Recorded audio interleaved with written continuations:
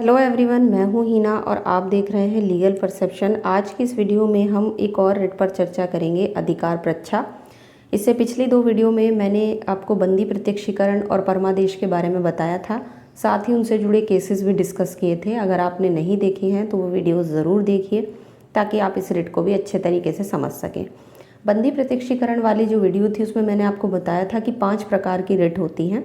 उन रिट में से एक अधिकार प्रच्छा की रिट भी है और ये रिट कब कब काम करती हैं, इनसे जुड़े केसेस क्या हैं, वो सब हम अपनी अलग अलग वीडियो में जानते हैं। इस वीडियो में भी मैं आपको अधिकार प्रच्छा से रिट से जो जुड़े कुछ केसेस हैं उनको आपके सामने डिस्कस करूँगी।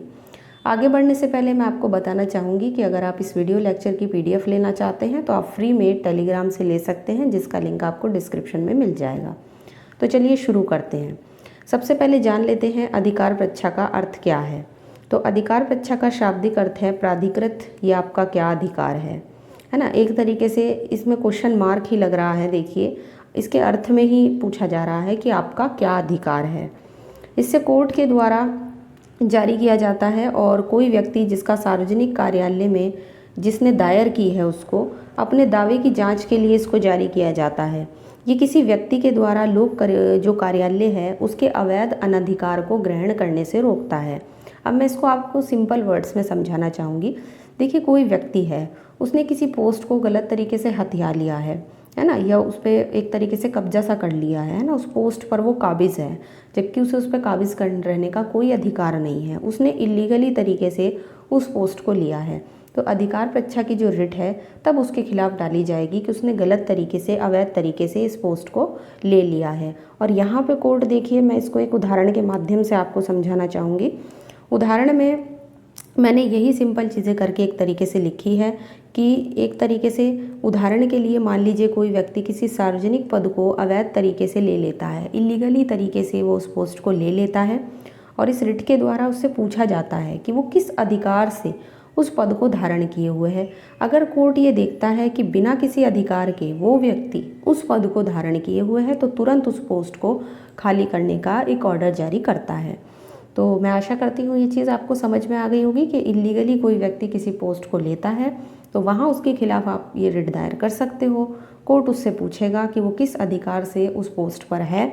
अगर देखता है कि इलीगली तरीके से है तो तुरंत उसका जो पद है, जो उसकी पोस्ट है, उसे खाली करने का ऑर्डर जो है वो कोर्ट जारी करती है। अब हम इसके आधारों के बारे में जानेंगे, क्या आधार हैं, कब ये रिट जारी होती है। तो सबसे पहले आधार में आता है कि देखिए वो पद सार्वजनिक होना चाहिए, यानी कि वो जो पोस्ट है वो कैसी हो, वो एक पब्लिक पोस्ट हो, एक सार्वजनिक पद हो, है ना, जिसे कोई भी व्यक्ति अपनी क्वालिफिकेशंस के, अपनी योग्यता के आधार पर ले सकता है। दूसरी चीज़, उस व्यक्ति को जिसने उस पोस्ट को लिया हो उसने उसे विधिक रूप में धारण करने का अधिकार ना हो, यानी कि जो लीगली अगर मान लीजिए उसने उस पोस्ट को लिया है तब आप उसके खिलाफ ये रिट दायर नहीं कर सकते। आप तभी करोगे जब उसने इलीगली उस पोस्ट को लिया हो।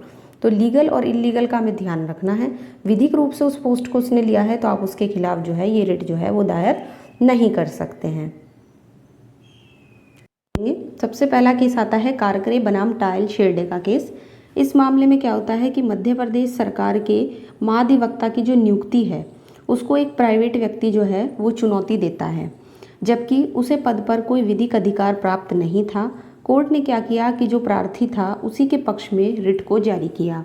कहने का मतलब ये है कि एक व्यक्ति महाधिवक्ता की नियुक्ति, यानी कि जो मध्य प्रदेश सरकार थी, जो MP की सरकार थी, उसकी नियुक्ति को एक प्राइवेट व्यक्ति चैलेंज करता है और वो जो महाधिवक्ता था उसको उस पद पे रहने का कोई लीगल राइट नहीं था, है ना, कोई विधिक अधिकार नहीं था।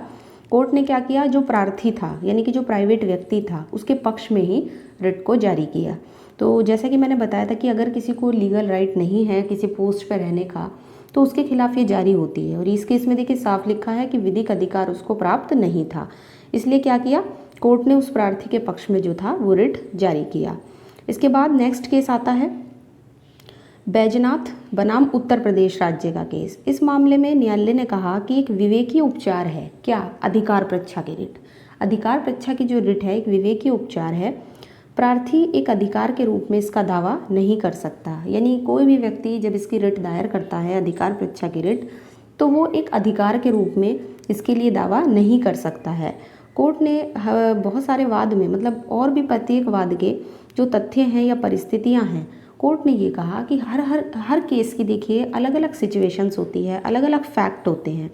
उन फैक्ट और सिचुएशन के अकॉर्डिंग ही कोई भी व्यक्ति रिट दायर कर सकता है। ऐसा तो है नहीं कि आप हर मामले में अधिकार परीक्षा की रिट डाल दो।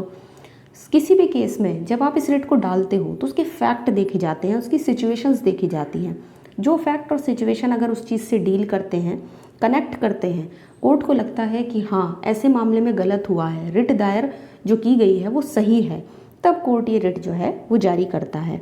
इस मामले में क्या होता है कि एक व्यक्ति जो है वो काफ़ी समय से एक पद पर था, है ना, बहुत लंबा समय उसे हो गया था एक पोस्ट पर रहते रहते, उसके खिलाफ कोई शिकायत भी नहीं हुई थी, यानी किसी ने उसके खिलाफ कोई कंप्लेन नहीं की थी कि वो उस पोस्ट पर है।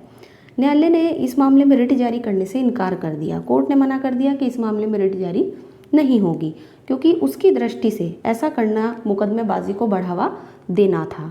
तो एक तरीके से कोर्ट ने इस मामले में ये चीज़ क्लियर कर दी कि मान लीजिए कोई व्यक्ति बहुत लंबे समय से एक पोस्ट पर है, उसके खिलाफ किसी तरह की कोई कंप्लेन नहीं की गई, तो ऐसे मामले में कोर्ट जो है वो रिट दायर नहीं करेगा, मतलब जो रिट है उसको जारी नहीं करेगा, क्योंकि ऐसा करने से क्या होगा, मुकदमेबाजी को बढ़ावा मिलेगा, बेवजह के केसेस जो हैं वो कोर्ट के सामने आएंगे। इसके बाद आता है सेंट्रल इलेक्ट्रिसिटी सप्लाई यूटिलिटी बनाम उड़ीसा का, के बाद आता है बनाम धोबे।